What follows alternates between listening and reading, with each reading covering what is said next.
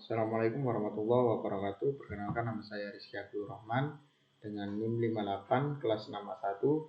Di sini saya akan sedikit menjelaskan tentang Open System Interconnection atau biasa dipanggil OSI layer untuk tugas UAS matkul jaringan telekomunikasi. Baik, di sini akan saya sedikit menjelaskan yaitu pengertian tentang OSI layer atau Open System Interconnection, yaitu model konseptual yang digunakan untuk menggambarkan dan memahami bagaimana sebagai protokol jaringan berinteraksi dalam sistem komunikasi komputer.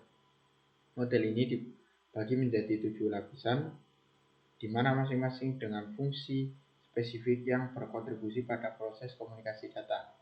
Berikut adalah penjelasan lebih lengkap tentang setiap lapisan OSI layer.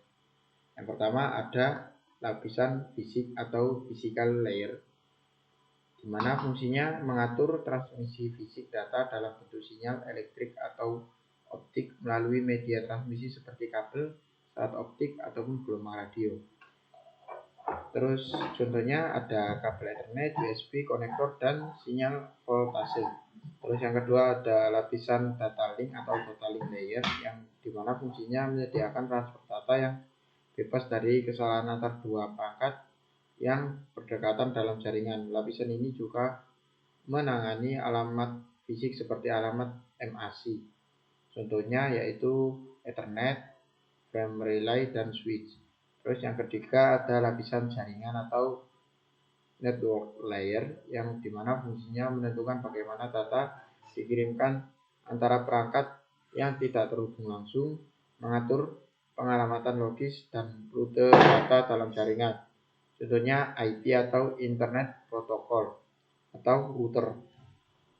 Yang keempat ada lapisan transport atau transport layer, di mana fungsinya menyediakan transfer data end-to-end yang dapat diandalkan menggunakan aliran data dan koreksi kesalahan. Contohnya yaitu TCP atau Transmission Control Protocol, UDP ataupun User Datagram atau protokol. Yang kelima, lapisan sesi, session layer, yaitu di mana fungsinya mengatur sesi komunikasi antar aplikasi, menyediakan manajemen koneksi seperti pembuatan, pemeliharaan, dan penghentian sesi. Contoh protokol sesi seperti NetBIOS. Yang keenam ada lapisan presentasi atau presentation layer, di mana fungsinya mengatur format data agar dapat dipahami oleh aplikasi di lapisan atas, menyediakan fungsi seperti enkripsi, kompresi, dan konversi data. Contohnya TLS, transport layer security, ataupun encoding karakteristik seperti ASCII ataupun EBCDIC. Yang terakhir ada lapisan aplikasi yaitu application layer, yaitu fungsinya menyediakan layanan jaringan kepada aplikasi pengguna menjadi antarmuka antara aplikasi dan layanan jaringan. Contohnya HTTP ataupun Hypertext Transfer Protocol, di mana setiap lapisan dalam model OSI berfungsi untuk mendukung dan melayani lapisan di atasnya dan menerima layanan dari lapisan di bawahnya. Model ini membantu dalam desain dan pemecahan masalah jaringan dengan membagi proses komunikasi menjadi langkah-langkah yang lebih mudah dipahami dan dikelola. Baik, berikut ini adalah contoh dari OSI layer untuk tugas UAS-nya.